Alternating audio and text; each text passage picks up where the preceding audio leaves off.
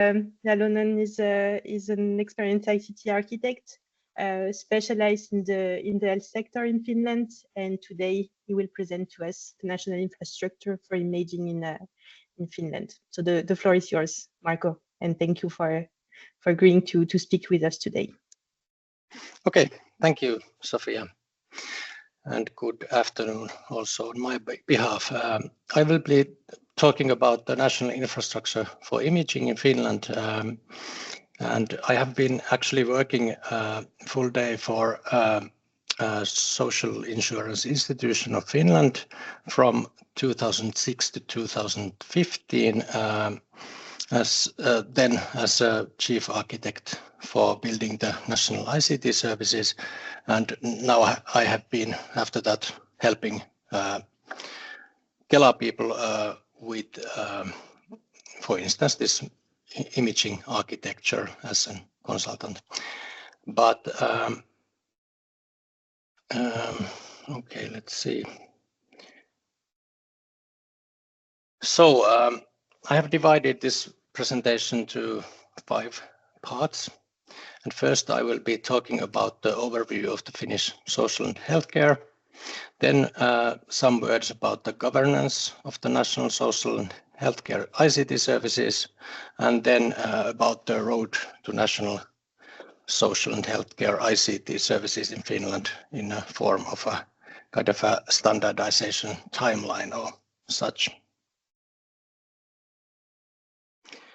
So Finland, that we see here as a map figure, is a nation of 5.6 million inhabitants, and it's divided into 21 well-being counties that are responsible for providing public social and healthcare services for citizens. And this is after the reform that took place a couple of, it actually was implemented in the beginning of last year, 2023, and before that there were about 300 municipalities taking care of the social and healthcare services, and now they are combined. The general and specialized care and social services are combined within the same organization, and that is the well-being county. Occupational healthcare is generally available to the work-going part of the population, and it's mostly private. And then there are organizations for various life stages and situations like vocational and higher education, defense forces, and prisoners' healthcare. And then there are the numerous private social and healthcare providers for self-paying customers, of course, and also the well-being counties outsource certain sets of services to the private providers, like using the vouchers, and for instance, screening studies mostly are provided in the private sector. There is somewhat kind of a challenging financial situation in the Finnish social and healthcare after the reform, and there has been and still is a big push for overhauling professional systems, and especially providing citizens digital services and trying to find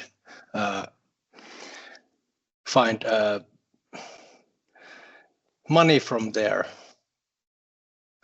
And National Social and Healthcare Data Sharing Platform, Kanta system, that I'm talking about here, is provided by the Social Insurance Institution of Finland, as I mentioned in the previous slide, Kela in short, and I will be using that one because the long term in English is a bit difficult. And it's done in close cooperation with other national actors like Valvira and Ministry of Social and Welfare and so on. Some words about them later on. And the social and healthcare providers are mandated by law to connect to Kanta services. And then about the governance, the customers, in a sense, of this national infrastructure are of course the healthcare providers, social welfare providers, pharmacies, and the citizens. And the actual national actors, as I mentioned, the Ministry of Social Affairs and Health, providing strategic guidance, financing, and also drafting the legislation, the national legislation.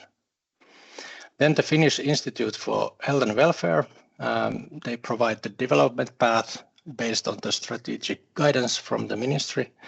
They monitor the results of the implementations. They maintain the national information architecture, also classifications and so on. And they also provide classifications and auditing requirements for information systems that are joining the Kanta service. Then there is the Kela. We provide the technical and functional specifications and deploy, maintain, and administrate the national ICT services for social and healthcare. And then there are supporting services from Digital and Population Data Services Agency and Valvira, which is the National Supervisory Authority for Welfare and Health. Digital and Population Data Services Agency provides especially the certificate infrastructure for citizens as well as the healthcare and social professionals. And Valvira, for instance, provides the registry for audited and certified information systems. And of course, we follow closely the EU and international partake in the international cooperation, and especially now with the EHDS, we are really looking to the EU side of things, and we have been part of the international EU-wide network with the electronic prescriptions quite a few years. I think it comes on the next slide, but I think it was from 2018 on. So, as I promised, the timeline for social and healthcare standardization in Finland. Let's see, I'll start from the beginning. First of all, the starting point from on this slide is the 1995, when the HL7 Finland was founded, and 2 years after that, the first national HL7 version 2 profiles were provided. And there was this experimental legislation in Finland in 2000 for providing seamless service chains that resulted in regional hospital information systems starting that were based on the CDR1, sorry, the Finnish profile for that. So there was this regional systems that provided metadata for basing the retrievals from the actual information systems. But then in 2005 and 6, there was the political decision to start the national health project and start building national system that is based on HL7 CDR2. And also 2007, there was this legislation about the national Kanta system and the supporting services. And that year also the HL7 specifications for electronic prescriptions and patient data repository were released. And actually in 2008 is this IHE special interest group was established, and in 2015 the actual IHE Finland was founded. And as early as in 2013, there was this EPSOS pilot between Finland and Sweden, so we could, in some regions, exchange prescription dispensation data then. In 2015, all the public healthcare uses the patient data repository, so everybody in public side had connected there. And also the national imaging architecture was defined in 2015, so that's the topic of today. And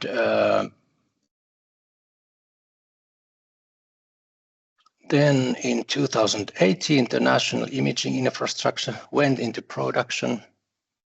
And in the 2020s, there has been preparing for the reform that I mentioned, and there has been numerous legislative changes. And then in the beginning of 23, the well-being county started. And currently, we are building the national medication list. We are preparing for EHDS. And we are standardizing interfaces, as was mentioned here, that all the stuff has been in the prescription center, and the patient data repository has been CDR2, but now we are standardizing interfaces to HL7 Fire, starting with the new interfaces like appointments, medication list, functioning, patient-provided data, and so on.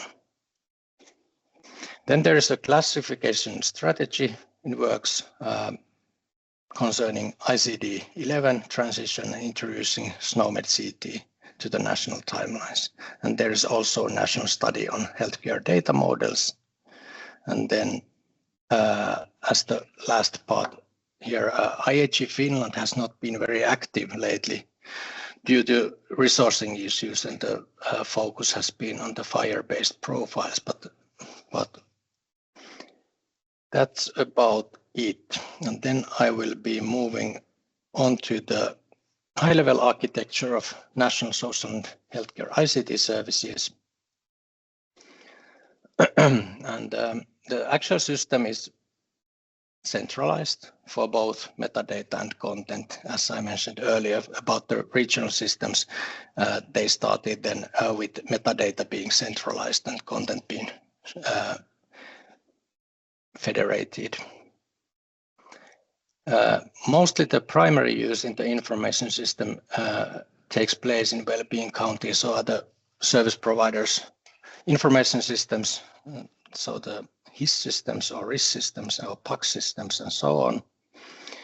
And the sharing of data between the well-being counties and of course across the public-private boundary as well as to the Europe is provided via the Kanta system so that it supports the continuity of care and services.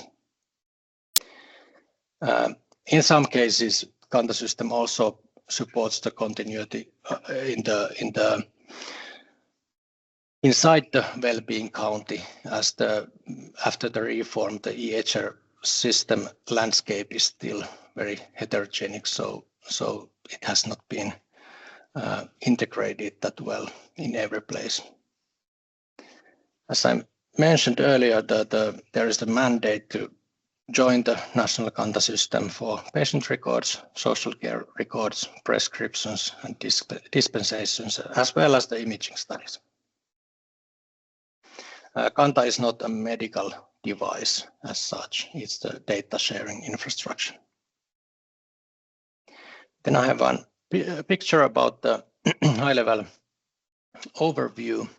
So on the left, we see here the user groups, of course, the well-being counties and the private providers of social services, pharmacies, also the actual healthcare professionals. Of course, there are some interfaces for them without needing the organization backup.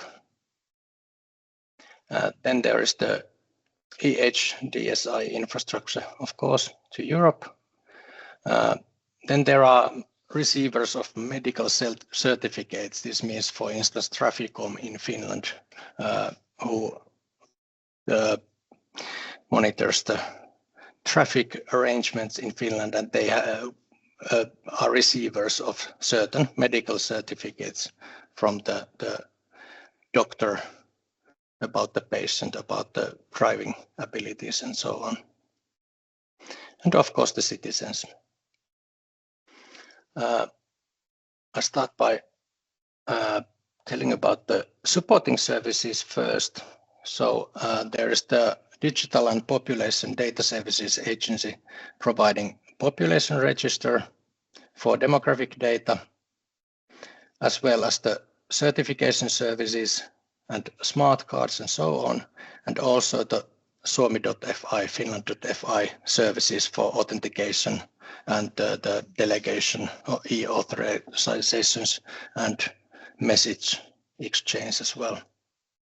Then there's Valvira, the supervisory official providing healthcare professional and social care professionals register and professional rights and so on. Then there is the Finnish Institute for Health and Welfare providing national code server. This is quite central piece of the architecture in that sense that there are all the code systems, pharmacy register, organization register, terminologies, data structures for the national data sets. Then the actual Kanta services. So of course there is the citizen portal, My Kanta pages. There's the national contact point for e-health. Then, as I mentioned, there are some direct GUI web-based services. Kelain is provided by Kela Kanta services for web-based prescription service. Mostly the use happens from the healthcare service and social care providers systems.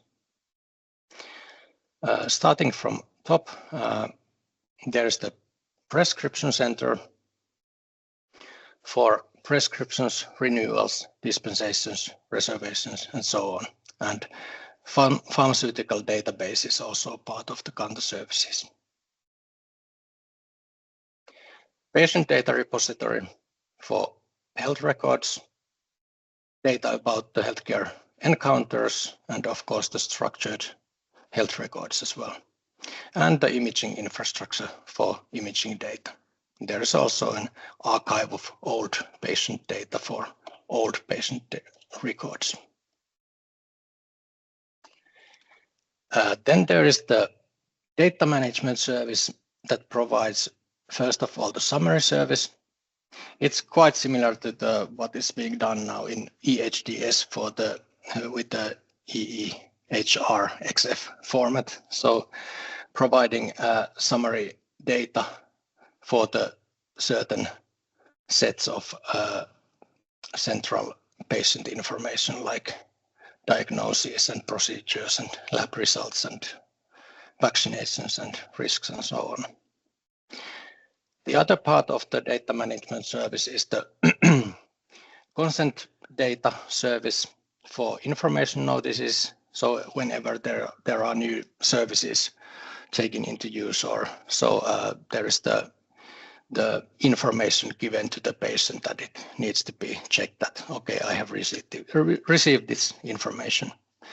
Also the consents, Finland is opt-in in that sense that we give a consent to allow the data sharing, but we can also give restrictions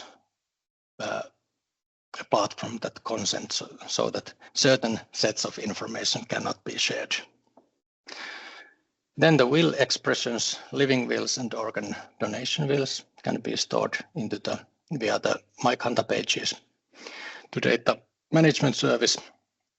And then there is the data repository for social services and personal health record as well. But we will be delving deeper into this imaging infrastructure soon. So, about the main standards, as mentioned, CDR2 and also the HL7 version 3 medical records. not very easy standard to use, but that is currently employed before moving into the FHIR. There are also some IHE interfaces, and they are for the radiology profiles and the other radiology and other imaging studies. And that's the topic of today. As mentioned earlier, moving into the FHIR space with the new interfaces. And then there are the social services data is in JSON, XHTML format, and then also the PDF-A format is being used.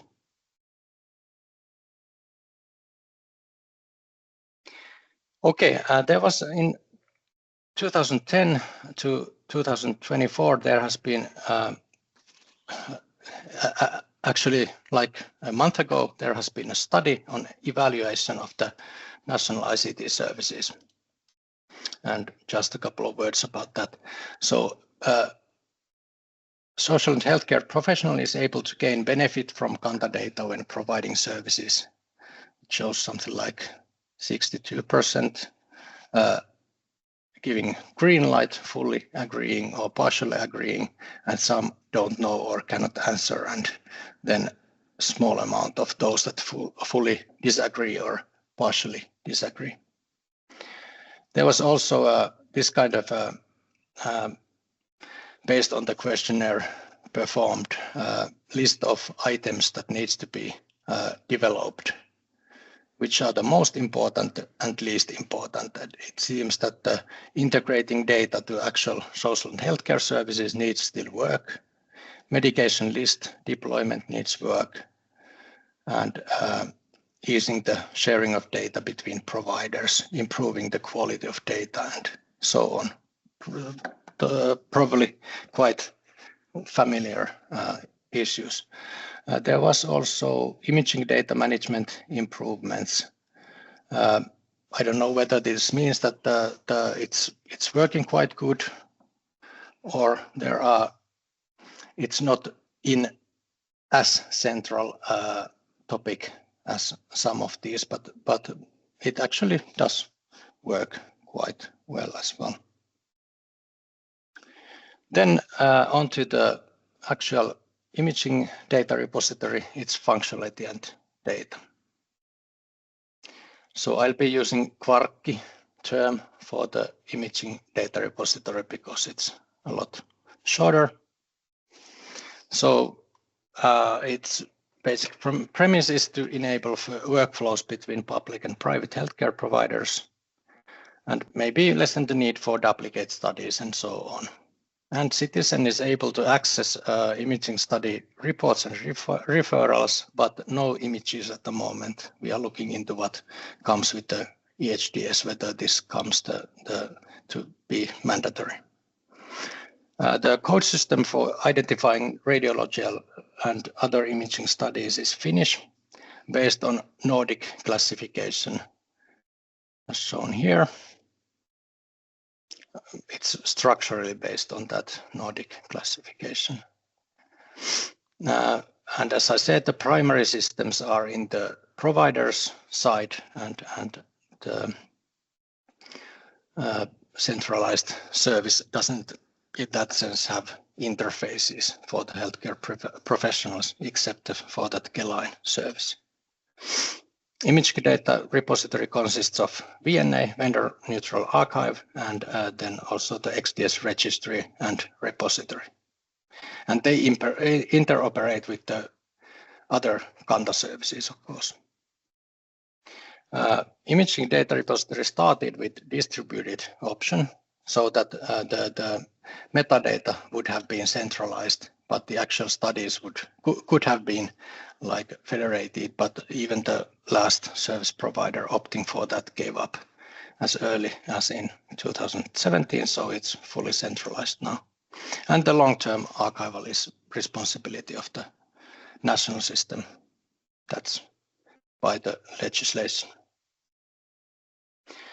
Status of the imaging data repository currently is that 19 of 21 of the well-being counties have joined, and largest private sector providers have joined as well.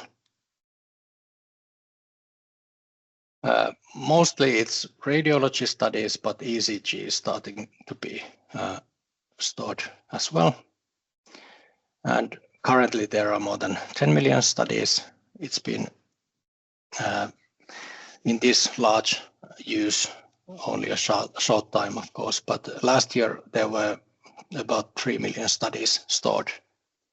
That's maybe a bit over 50, maybe 60% of the studies performed per year.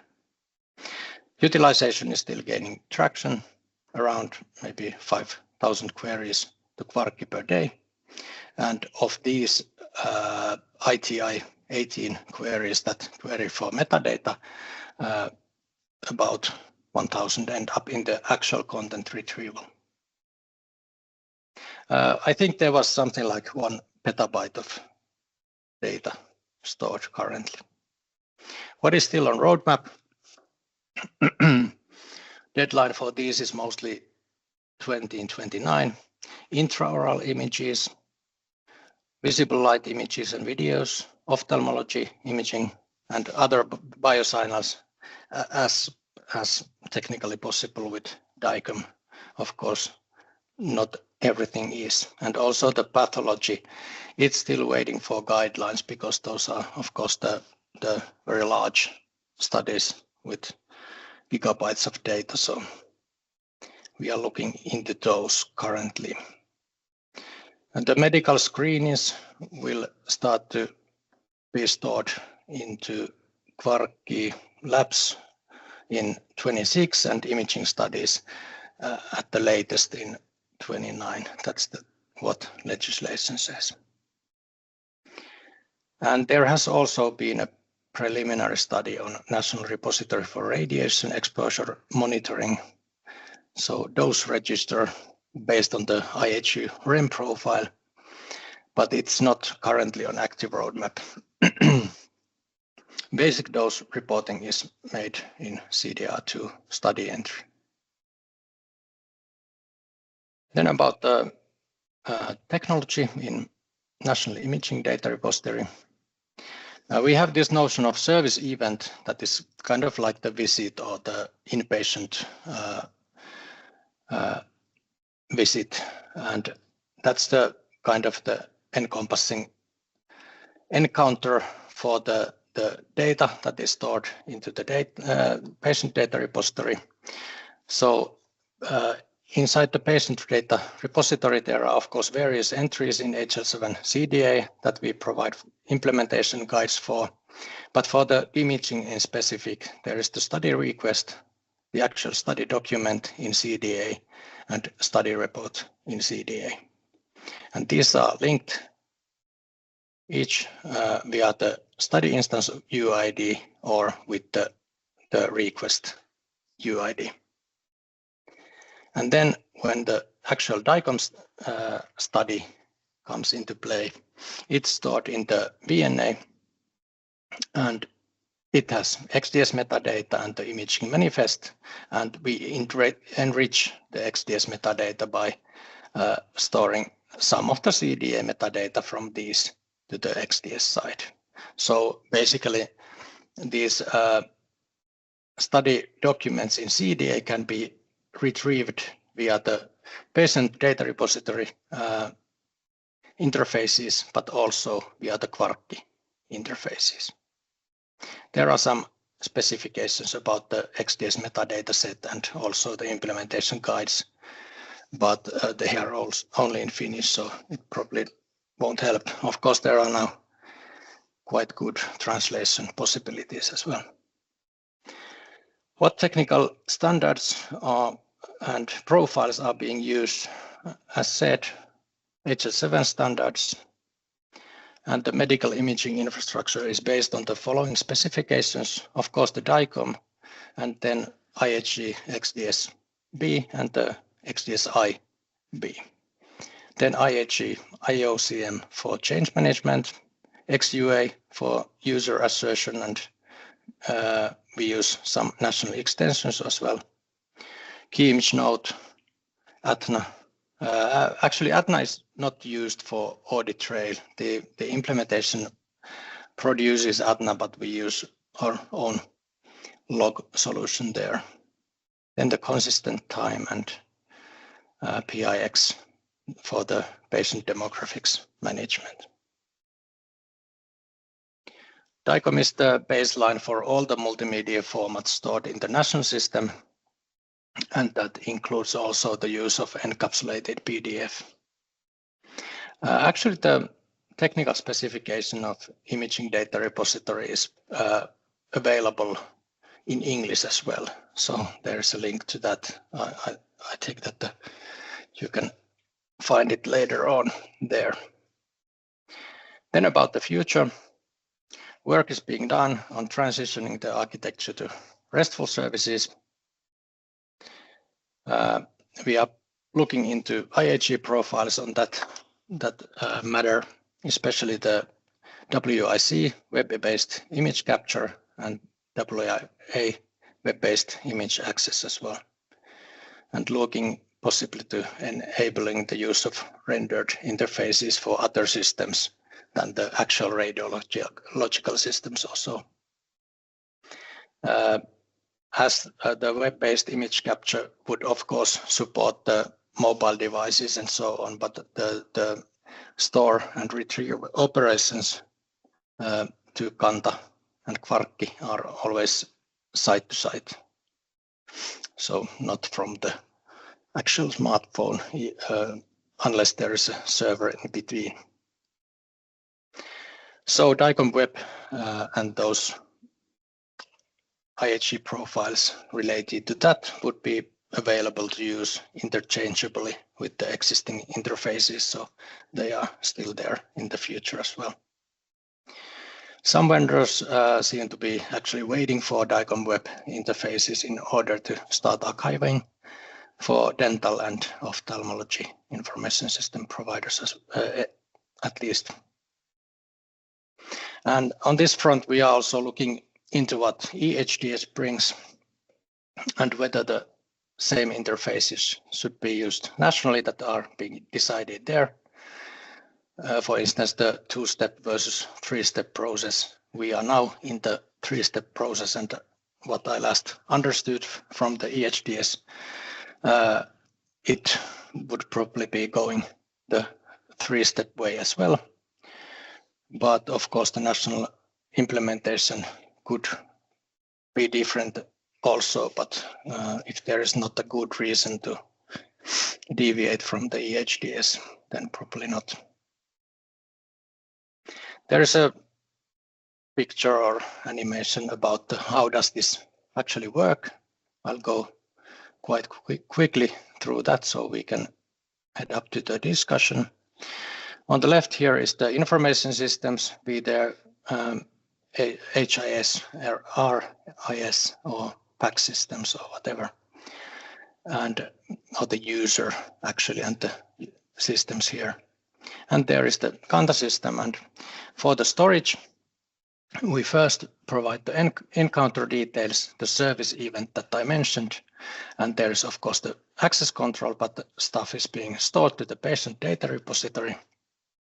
And also the imaging study, request, study entry, and report are being stored as CDR2 to the patient data repository. They are being registered in the XDS registry, so they are available via the Kvarkki interfaces as well. And then, of course, providing the imaging study, DICOM C store to the vendor neutral archive, and we do some cross-checking there whether the DICOM study can be stored. Namely, we check whether the service event is there and the imaging study entry is in the patient data repository. Then the DICOM study can be stored into the VNA. And of course, the storage commitment after that. In the future, oh yes, after the storage commitment, the study is of course registered and the manifest is stored in the repository. In the future, as mentioned, we are looking into the STOW-RS, namely IHE-WIC, even if the CDA interfaces there will be for a while still. Then about the retrieval, use ITI 18 for the metadata, and as mentioned, XUA with extensions, national extensions, and SAML 2.0.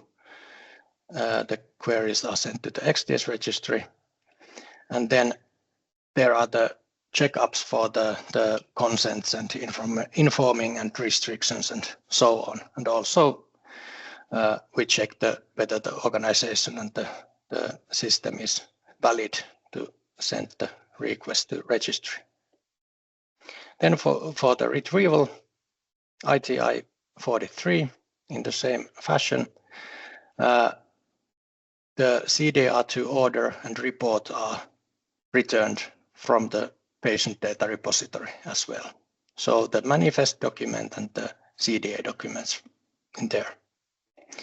And then, of course, as a third, as mentioned, this is a 3-step process.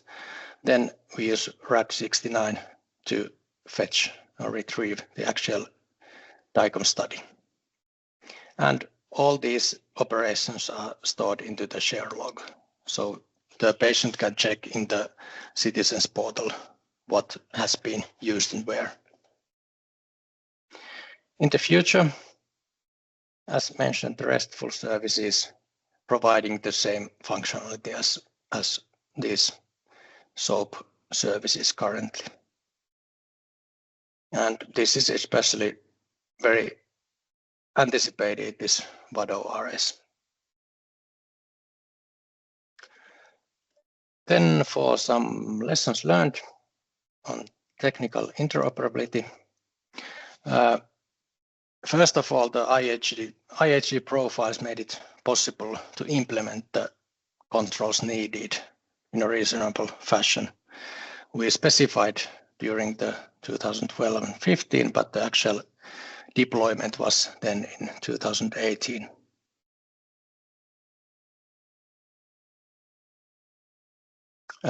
However, the IHE is quite complicated with lots of possibilities for performance and other types of overhead and a steep learning curve. It's a lot like HL7 version 3 standards as well that we use, so it's not an easy task to connect to Kanta services in that sense.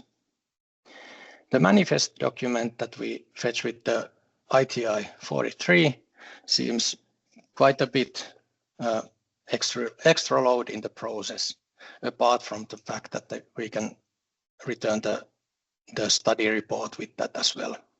But otherwise, considering the 2-step, 3-step processes and so on, it's kind of a mundane task. The study retrieval with the RAD69 is quite overkill and cumbersome when traveling, especially via multiple gateways and so on. So looking really into the WADO RS there. Yeah, and the vendors have had quite a hard time integrating. DICOM Web, we are really looking forward to those, especially on the non-radiology studies side. And basically it has been a good choice not trying to incorporate everything into DICOM studies or even into the IHE XDS registry. So we use the patient data repository and the patient data management service on fly to enrich data. DICOM toimii kuin junan vessa. That's Finnish for saying that DICOM works really well, like a toilet on a train.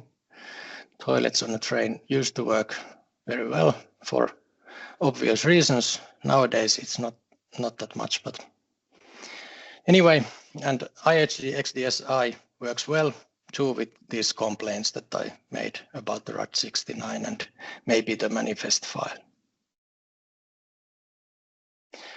Then for the final content slide for interoperability testing and the vendors in the market. Interoperability testing is required for information systems that are connecting to Kanta services. There is more on that process via this link, and that's also in English.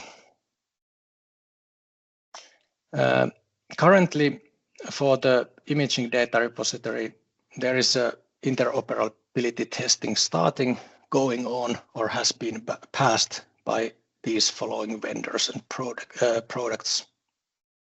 And for the patient data repository, same words, starting, going on, or has been passed by these ones. And this is especially for the imaging workflow. So basically, they are RIS systems and HIS systems managing CDA documents for imaging. And in this imaging data repository system profiles, they are PACS systems and imaging viewers mostly. For instance, this XDS archive here is kind of a connection point for, I think, multiple PACS systems behind them that have not been interoperability tested, because the XDS archive takes care of that part for them. So behind that and in the infrastructure, there are of course many more PACS systems that they have not been directly interoperability tested with the Quark. Yeah, I think this was it.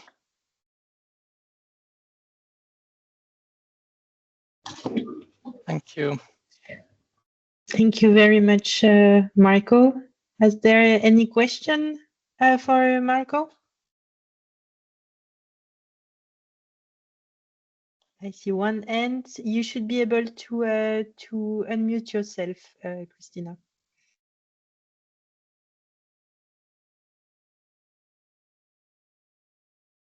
You are still muted. I don't know if you can unmute. I see that also Andreas and Alexander. Is it possible for you to unmute and speak? I can unmute. Can you hear me? Yes. Yep. Okay, great. Go ahead and we will pass to Christina after. Thank you. Yeah, great.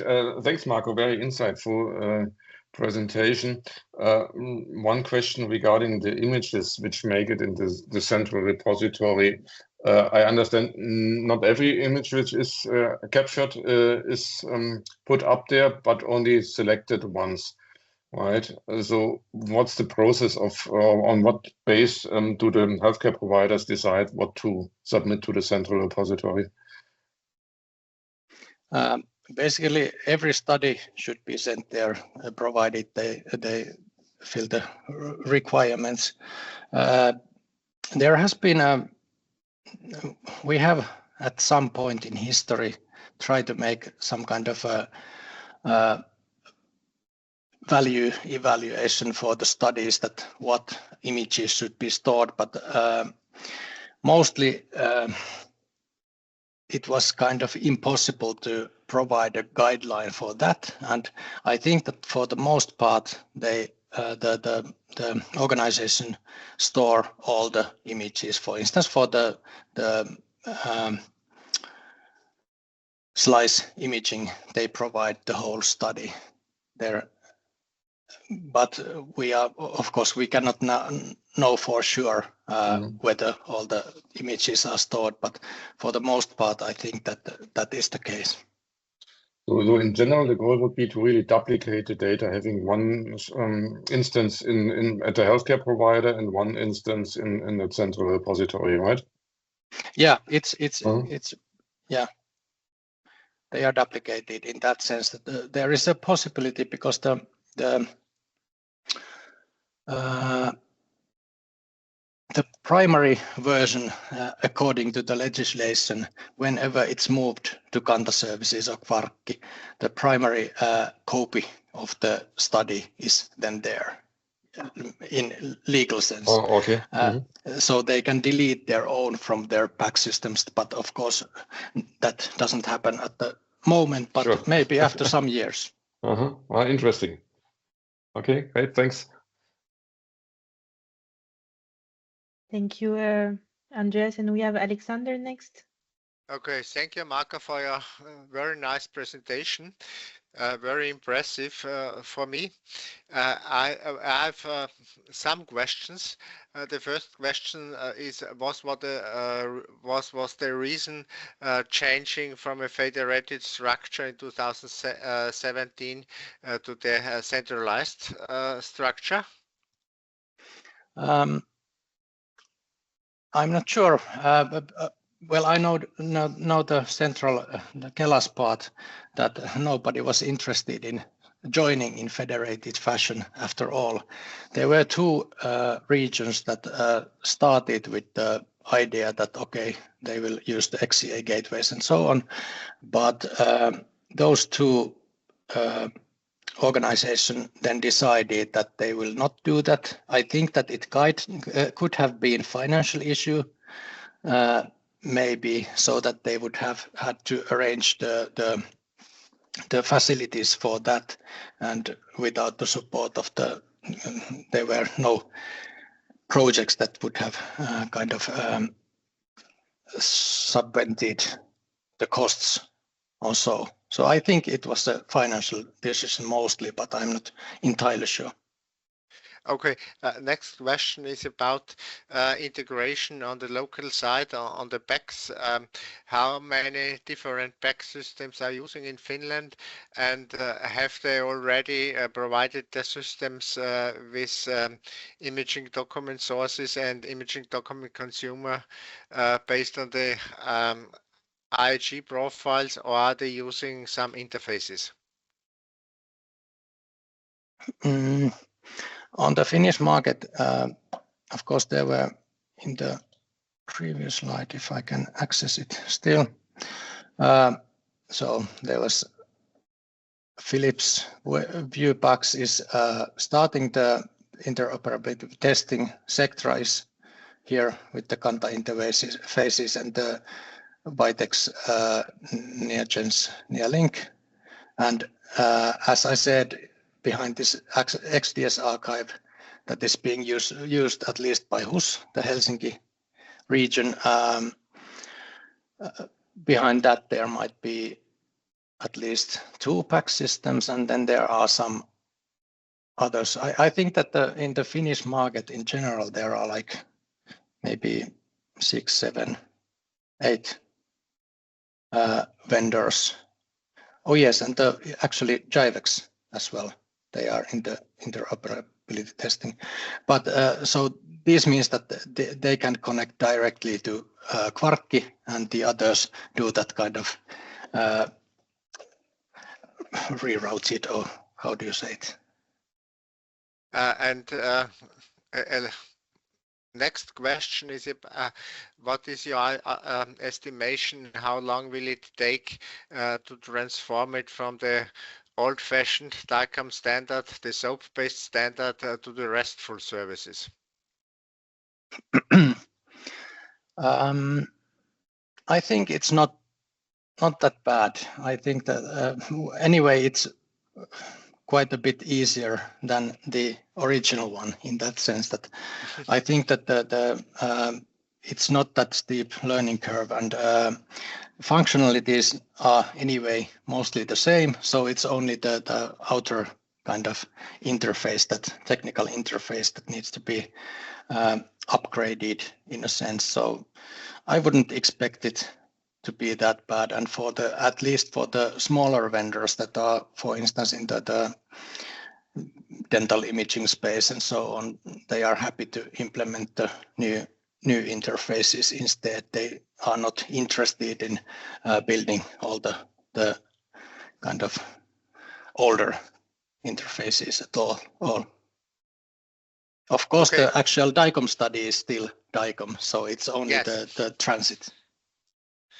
Okay, thank you. I will ask you to come to Vienna because we have the IHE Connectathon at the end of June, and therefore I will invite you to come maybe for IHE Day, for the experience days, but I would ask you to invite your company of the country to come to the Connectathon, test on the Connectathon or test on the IHE Pluggathon for the EHDS. US environment. If you have any questions, contact me.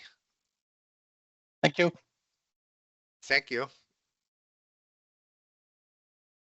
I will put you in contact, both of you. And we have a last question. Yes, Christina from France. I just would like to know what about the use of the system? Do you have all the health practitioners who are using it? Is it, I don't know, 80%, 50%, or what about that?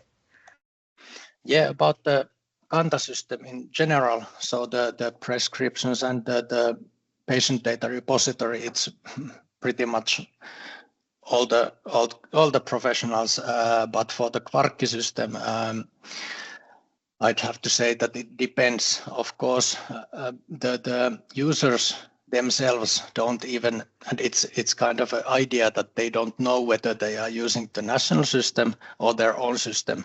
They only get the data from the national system and they use it via their own system. So it's hard to say that what is even the actual professionals' experience, whether they are using Kanta or whether they are using the local system. They don't always even know that, but I think that for the public sector anyway, at least for the radiology studies, the coverage is quite good. They have access to the studies, but it's not still 100%. I don't know, maybe it's 70 or something like that, 80. But for the private sector, there is still work to do. Thank you very much. Thank you, Marco. We still have time maybe for one or two questions. Alexander? I don't know, Marco, are you part of the MCWG, the multi-country working group of IHE? I actually, yes, the Kela that I do this for are part of that, and I think I might have been to one meeting at one point, but I'm not actively. I'm following it by the memorandums and so on, so memos, but I'm not inside the group anyway. I think it would be useful to be there because some of countries have similar situations. They want to change from the SOAP services to the RESTful services. And I think it's necessary to share all these experiences and informations. Yeah, that's a good point.